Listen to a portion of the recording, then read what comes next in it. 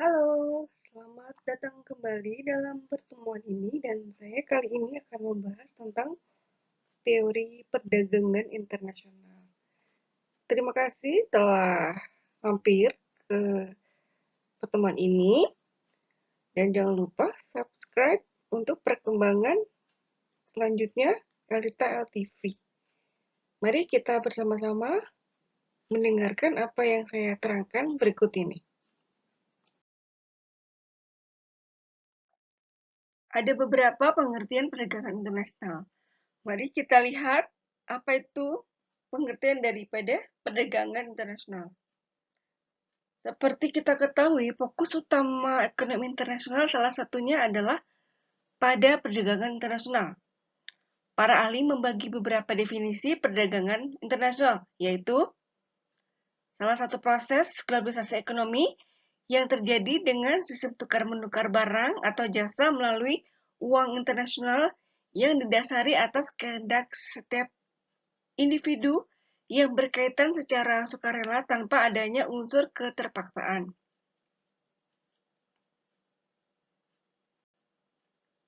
Salah satu jenis perdagangan yang dilakukan oleh penduduk suatu negara dengan penduduk negara lain atas dasar kesepakatan bersama. Perdagangan internasional dapat terjadi antar negara apabila memenuhi kriteria-kriteria sebagai berikut. 1. Barang yang diperdagangkan harus berkualitas tinggi. 2. Adanya valuta asing sebagai alat tukar. 3. Proses produksi harus ramah lingkungan. 4. Adanya perdagangan bebas dan tidak adanya proteksi di negara tujuan. 5. Adanya perjanjian perdagangan dengan negara tujuan. 6. Sistem transportasi antar negara. Jadi, kriteria-kriteria itu harus ada untuk memenuhi persyaratan apa itu perdagangan internasional. Dalam hubungan internasional, aspek perdagangan internasional merupakan salah satu aspek penting. Banyak relasi hubungan internasional yang dijalin atas dasar kepentingan ekonomi atau perdagangan. Dan memahami apa aja teori perdagangan internasional adalah hal penting untuk memahami interaksi hubungan internasional. Dalam hubungan internasional, aspek perdagangan internasional merupakan salah satu aspek penting. Banyak relasi hubungan internasional yang dijalin atas dasar kepentingan ekonomi atau perdagangan. Memahami apa saja teori perdagangan internasional adalah hal penting untuk memahami interaksi hubungan internasional.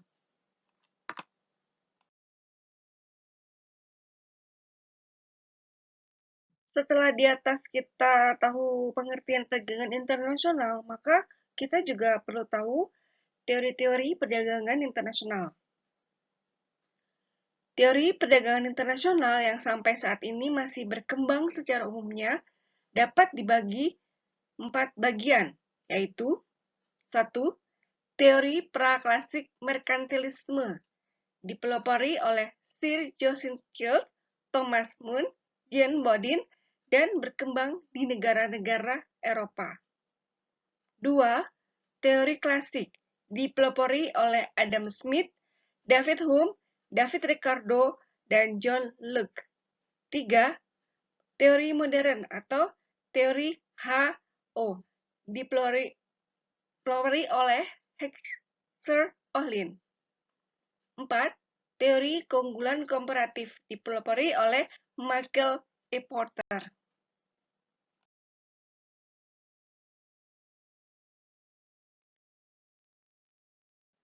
Teori praklasik merkantilisme. Ciri-ciri teori merkantilisme klasik antara lain: 1. Logam mulia atau LM adalah ukuran kemakmuran suatu negara. Semakin banyak LM yang dimiliki, maka negara tersebut semakin kaya. Logam mulia diperoleh dari surplus ekspor dari impor, atau dengan kata lain, X lebih besar daripada M. 2. Peranan pemerintah dominan dalam perdagangan internasional dengan kebijaksanaan atau polisi pemerintah, maka akan diperoleh ekspor lebih besar dari impor.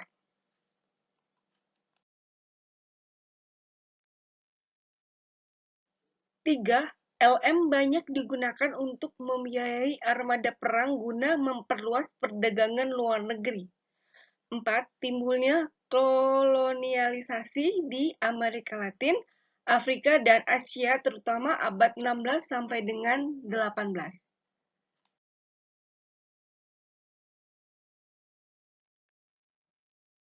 5.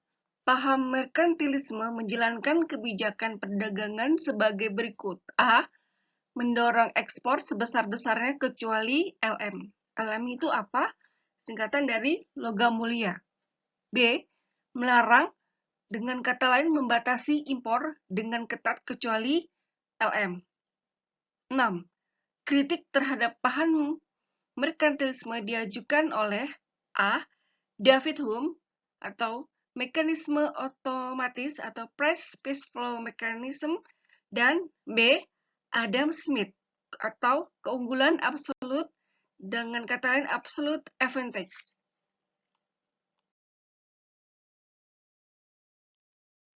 Berikut ini adalah gambar mekanisme otomatis atau price space flow mechanism oleh David Hume, di mana kita lihat negara kaya bila ekspor lebih besar daripada M, maka logam mulianya banyak, ya. Kemudian dia ada dan seterusnya, kemudian menjadi ke bawah, dan akibatnya ada arah panah seperti yang digambarkan dalam mekanisme otomatis.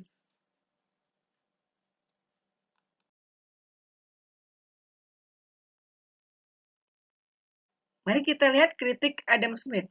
Berdasarkan price space flow mechanism David Hume, Adam Smith mengkritik aliran merkantilisme. 1. Ukuran kemakmuran suatu negara tidaklah ditentukan sepenuhnya oleh banyaknya logam mulia atau LM yang dimilikinya. 2. Kemakmuran suatu negara ditentukan oleh besarnya Gross Domestic Product atau GDP dan sumbangan perdagangan luar negeri terhadap pembentukan GDP negara tersebut. 3. Untuk meningkatkan GDP dan perdagangan luar negeri, maka pemerintah harus mengurangi campur tangannya sehingga tercipta perdagangan bebas atau free trade.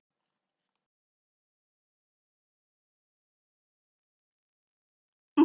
Dengan adanya free trade, maka akan menimbulkan persaingan atau competition yang semakin ketat.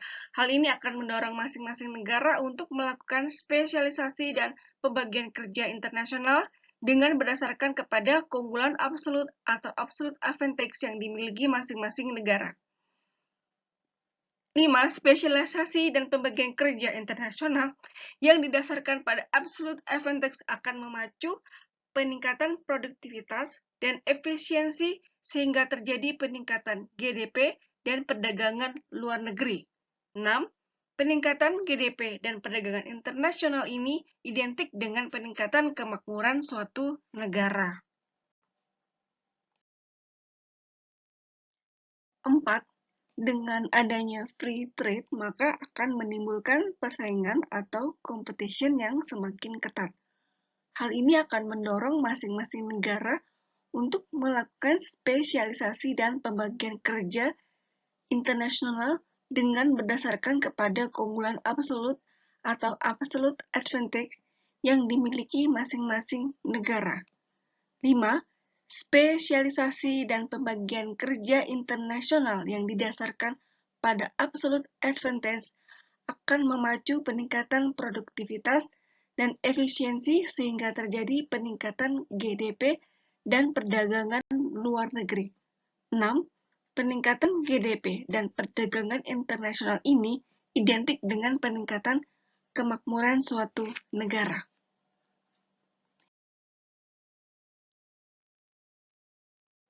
Pandangan Adam Smith itu adalah suatu negara akan memperoleh manfaat dari perdagangan internasional dan meningkatkan kemakmurannya bila terdapat free trade dan melakukan spesialisasi berdasarkan keunggulan absolut atau absolute advantage.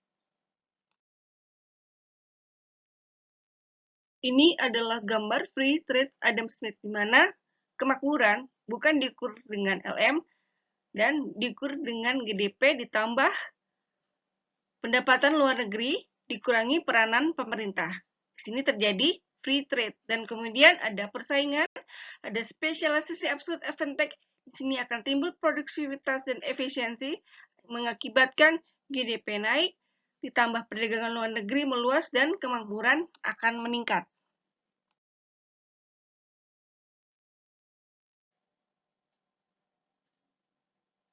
Teori klasik atau advantage theory. Teori klasik dalam perdagangan internasional dibagi menjadi dua bentuk teori, antara lain satu, teori keunggulan absolut atau absolute advantage yang disampaikan oleh Adam Smith.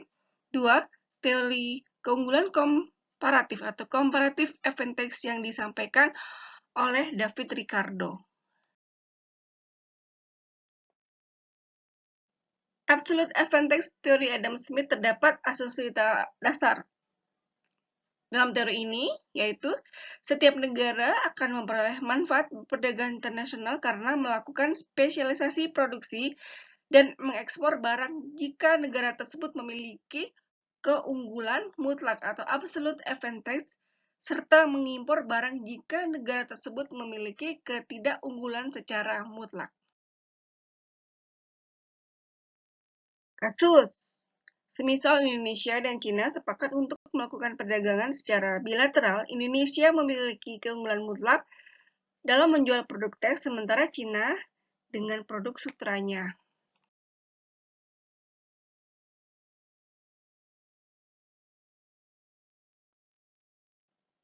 Ini adalah gambar perhitungan absolute advantage Indonesia-China dalam kasus di atas, di mana di sini ada produk persatuan, ya, Indonesia-China, teh, sutra, dan bagaimana perhitungannya dalam dasar tukar dalam negeri.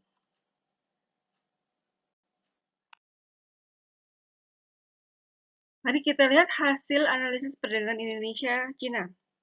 Di Indonesia, 1 kilogram teh dinilai sama dengan 1/4 sutra. 1 meter sutra dinilai sama dengan 4 kilogram teh.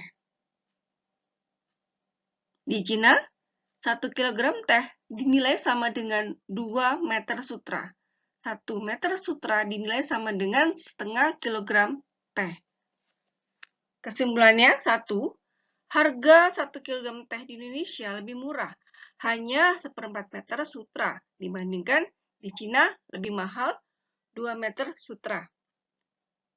Harga 1 meter sutra di China lebih murah, hanya 1/3 kilogram teh, dibandingkan dengan Indonesia yang lebih mahal 4 kilogram teh.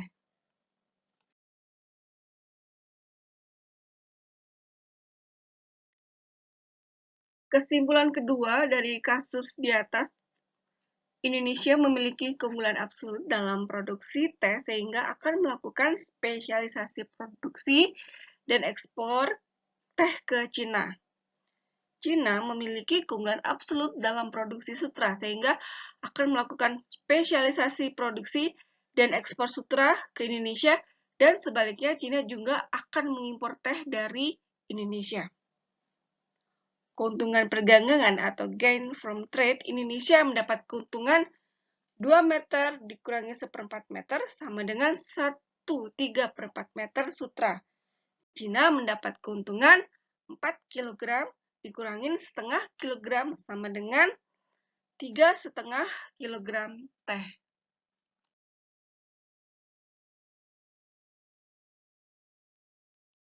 Berikut ini kelemahan teori absolute advantage-nya Adam Smith. 1.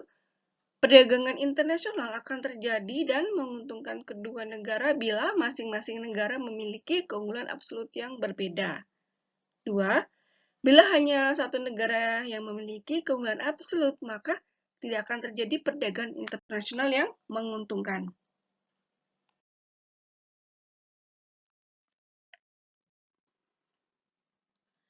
Biaya relatif atau comparative advantage-nya David Ricardo.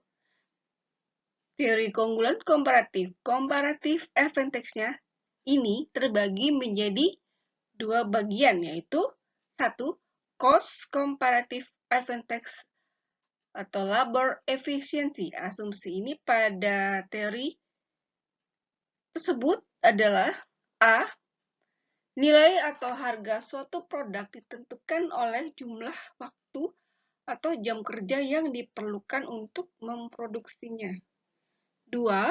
Suatu negara akan memperoleh manfaat dari perdagangan internasional jika melakukan spesialisasi produksi dan mengekspor barang di mana negara tersebut dapat berproduksi relatif efisien. Berikut biaya relatif David Ricardo bagian kedua. Production comparative advantage atau labor productivity. Asumsi pada teori ini yaitu suatu negara akan memperoleh manfaat dari perdagangan internasional jika melakukan spesialisasi produksi dan mengekspor barang di mana negara tersebut dapat berproduksi relatif produktif. Ini adalah perhitungan comparative advantage negara Indonesia, Cina. Walaupun Indonesia memiliki keunggulan absolut dibandingkan Cina untuk kedua produk, namun tetap dapat terjadi perdagangan internasional yang menguntungkan kedua negara melalui spesialisasi. Jika negara-negara tersebut memiliki cost comparative advantage atau labor efficiency, di mana kita lihat di atas, negara Indonesia dan Cina itu masing-masing mempunyai produksi gula dan produksi kain.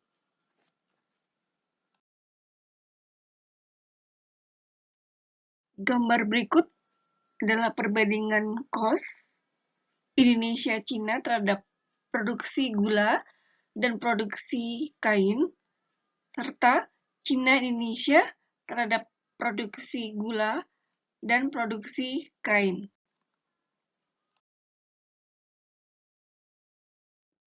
Kesimpulan komparatif advantage pada kasus di atas adalah 1. Tenaga kerja Indonesia lebih efisien dibandingkan tenaga kerja Cina dalam reproduksi 1 kg gula atau 3/6 atau setengah hari kerja Cina dalam produksi 1 meter kain itu sama dengan 4/5 hari kerja. Hal ini akan mendorong Indonesia melakukan spesialisasi produksi dan ekspor gula. 2. Tenaga kerja Cina ternyata lebih efisien dibandingkan tenaga kerja Indonesia dalam produksi 1 meter kain, karena 5/4 hari kerja daripada produksi 1 kg gula yang menghasilkan 6/3 atau 2/1 hari kerja. Hal ini mendorong Cina melakukan spesialisasi produksi dan ekspor kain. Berikut ini adalah keuntungan perdagangan atau gain of trade, di mana ada perbandingan produksi PK dan HK Indonesia-Cina terhadap produksi gula, produksi kain dalam DTDN, di mana Indonesia mendapat keuntungan 9/20 meter. Cina mendapat keuntungan setengah kilogram.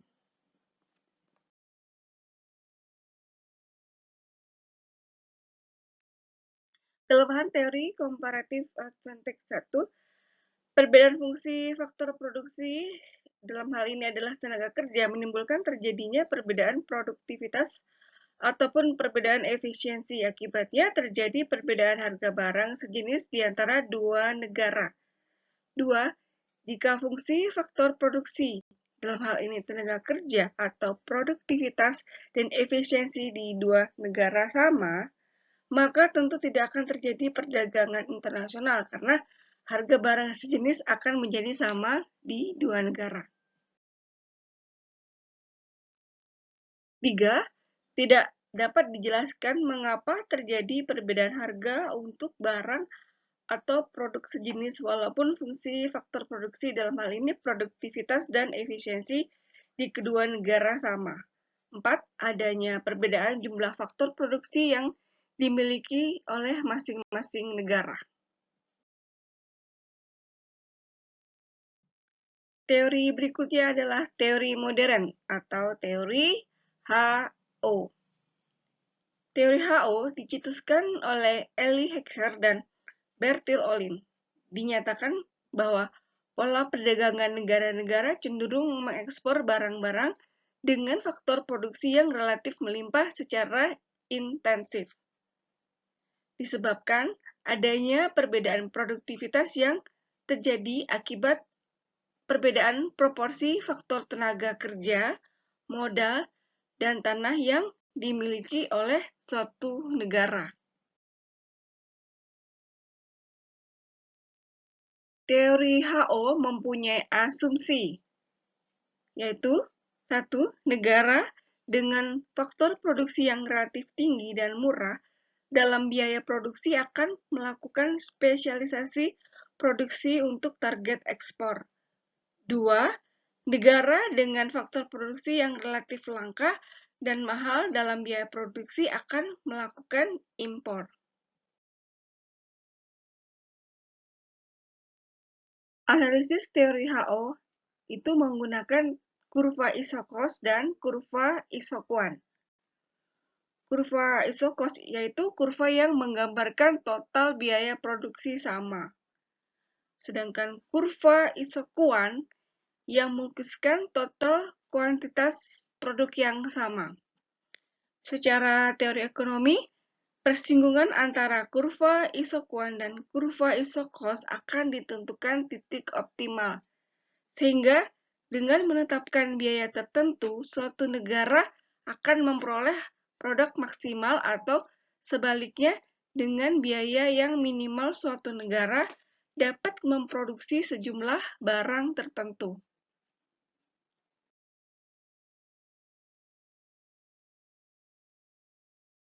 Ini adalah gambar contoh perdagangan antara Indonesia yang padat labor dengan Korea Selatan yang padat modal.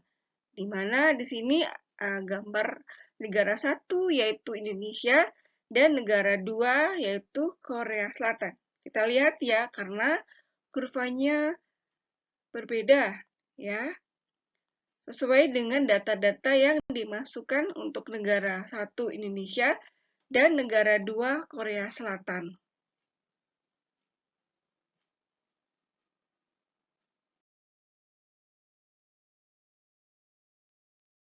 Pada data ini ada keuntungan perdagangan atau gain of trade untuk negara Indonesia dan Korea Selatan, di mana faktor-faktornya adalah komoditi, kemudian faktor produksi, proses produksi, proporsi faktor produksi, isokuan, isokos, dan unit biaya yang masing-masingnya ada datanya untuk sepatu dan televisi.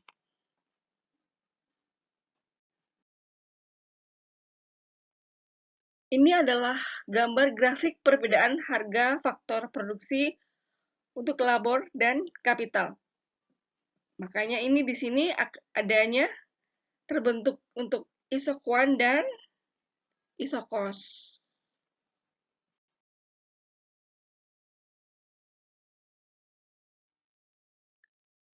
Analisis produksi sepatu untuk Indonesia dan Korea Selatan. Mari kita melihatnya satu persatu negara.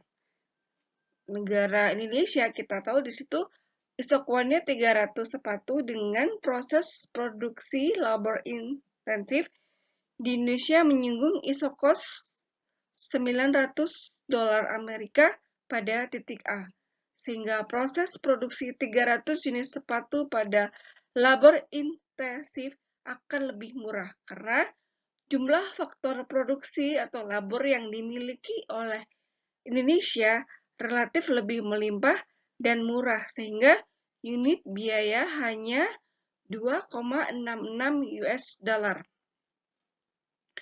Untuk negara Korea Selatan, isokuan 300 sepatu dengan proses produksi labor intensif di Korea Selatan menyinggung isokos 900 US dollar pada titik B, sehingga proses produksi 300 unit sepatu yang labor intensif akan lebih mahal karena jumlah faktor produksi atau labor yang dimiliki oleh Korea Selatan relatif lebih sedikit dan murah, sehingga unit biaya menjadi 20 US dollar.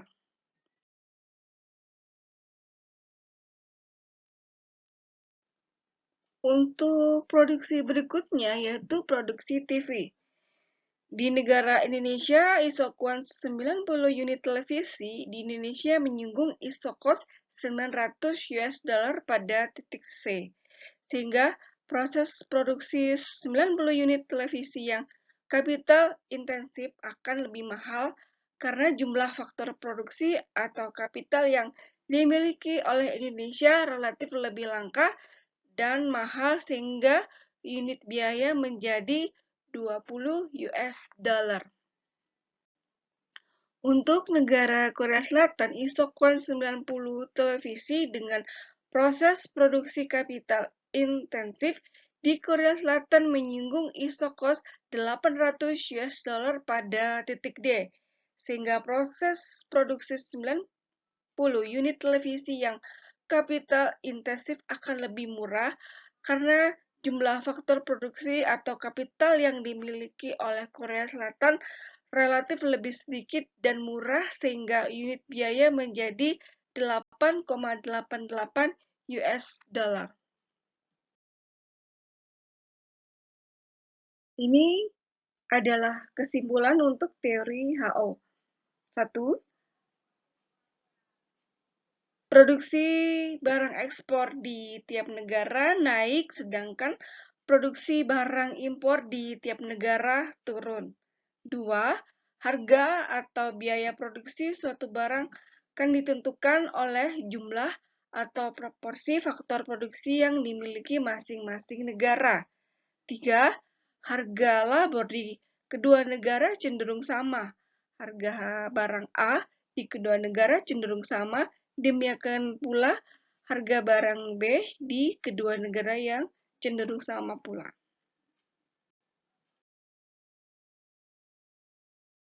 4. Perdagangan akan terjadi antara negara yang kaya kapital dengan negara yang kaya labor. 5. Masing-masing negara akan cenderung melakukan spesialisasi produksi dan mengekspor barang tertentu karena negara tersebut memiliki faktor produksi yang relatif banyak dan murah untuk melakukan produksi.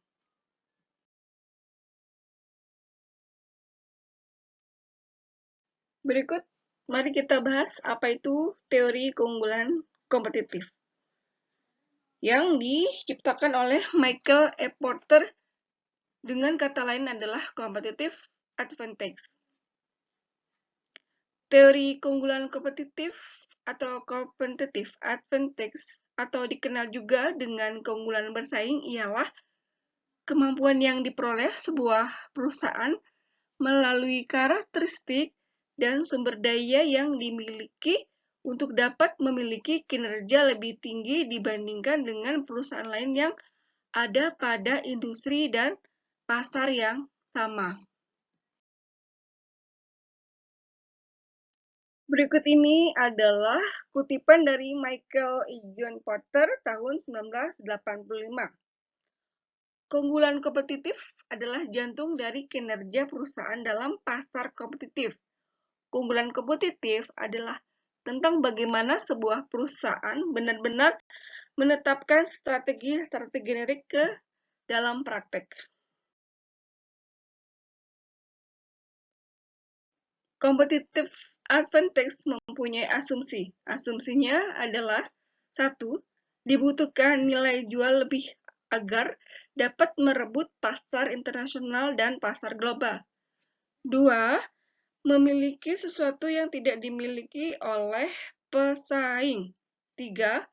Fokus pada efektivitas operasional agar memaksimalkan keunggulan yang diharapkan.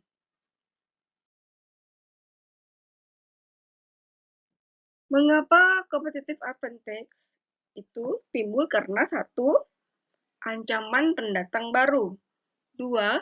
Kekuatan tawar-menawar pemasok atau bargaining power of supplier. 3. Ancaman produk pengganti atau substitusi.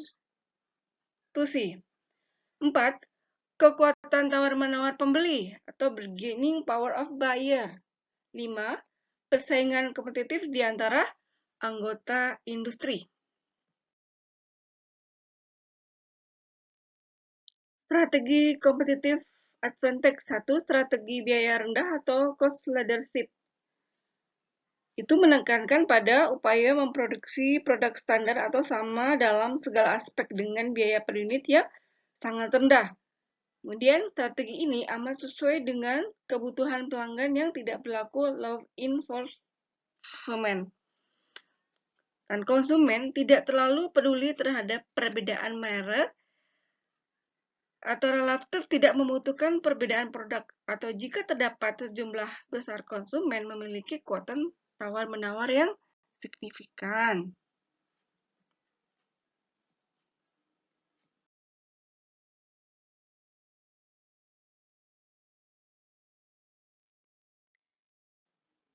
Syarat cost leadership strategi. 1.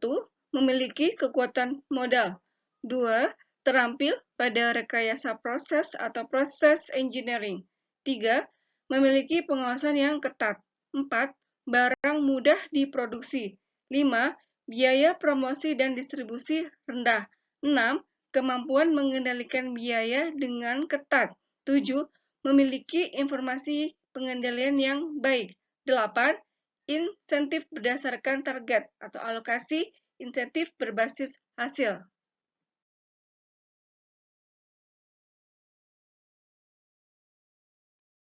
Produk-produk ini adalah contoh dari strategi biaya rendah. Ya, contohnya di produk Toyota, dilihat dari implementasi JIT atau Just in Time sehingga proses produksi bisa dipotong, efisiensi dapat tercapai. Beberapa contoh perusahaan yang terkenal care strategik keunggulan biaya adalah Walmart, BIC, McDonald, Black & Decker, Lincoln Electric, dan Brink's & Stratton. Kemudian juga kita lihat ada kemasan isi ulang kecap Bangong untuk menekan biaya serendah mungkin. Makanya dia memakai strategi biaya rendah.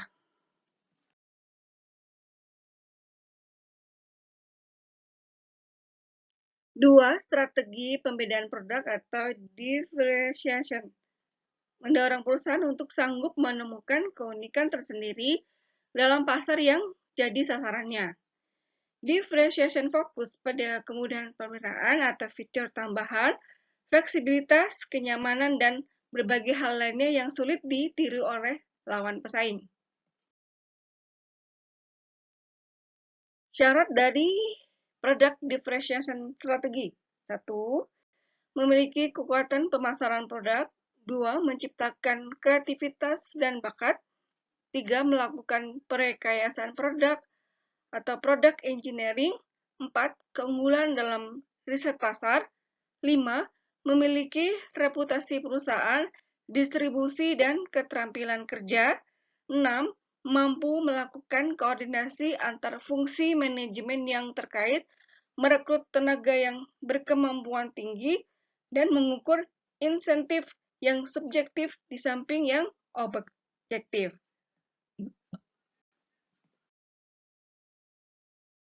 Contoh produk differentiation strategi, yaitu contohnya ada pada Starbucks dengan kopinya yang berbeda dengan coffee supply, sehingga pengunjung betah berlama-lama dan rela mengeluarkan harga cukup mahal dari yang lain. PT Indofood juga merupakan menerapkan strategi ini ya, terutama pada produk mie instannya memiliki keunikan rasa, dan promosikan yang mengusung tema Nusantara. Kemudian ada jasa pengiriman cepat atau overnight delivery dari Federal Express. Berikutnya adalah strategi fokus. Strategi fokus ini digunakan untuk membangun keunggulan bersaing dalam suatu segmen pasar yang lebih sempit.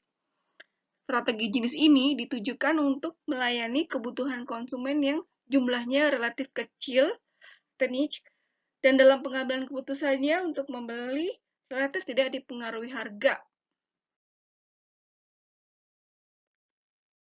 Syarat fokus strategi. 1. Adanya besaran pasar yang cukup atau market size. 2. Terdapat potensi pertumbuhan yang baik. Dan 3. Memiliki bisnis di mana pesaing tidak tertarik untuk bergerak pada bisnis atau ceruk tersebut. Nah, ini adalah contoh produk-produk yang ada pada fokus strategi.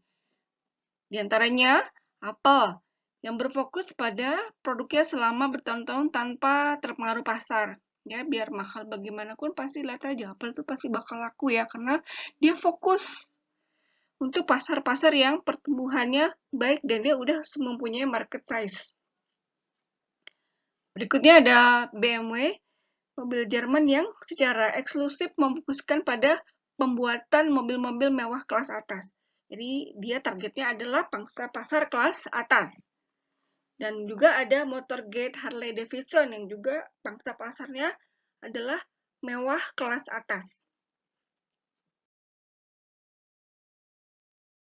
Mari kita menyimpulkan bersama-sama apa itu competitive advantage. Untuk aspek target strategik, cost leadership-nya lintas sektor pasar, diferensiasi lintas sektor pasar, dan fokusnya kepada segmen pasar tertentu. Aspek dasar keunggulan kompetitif, cost leadership-nya itu biaya rendah dalam industri, diferensiasi produk dan jasa yang unik, serta fokusnya keunikan dan rendahnya biaya pada segmen pasar yang spesifik. Aspek lini produk, cost leadership-nya adalah pemilihan yang terbatas, diferensiasi bervariasi, model yang terdiferensiasi, dan berfokus ditujukan untuk segmen pasar tertentu. Aspek tekanan produksi, cost leadership-nya biaya serendah mungkin dengan kualitas yang tinggi dan tampilan produk.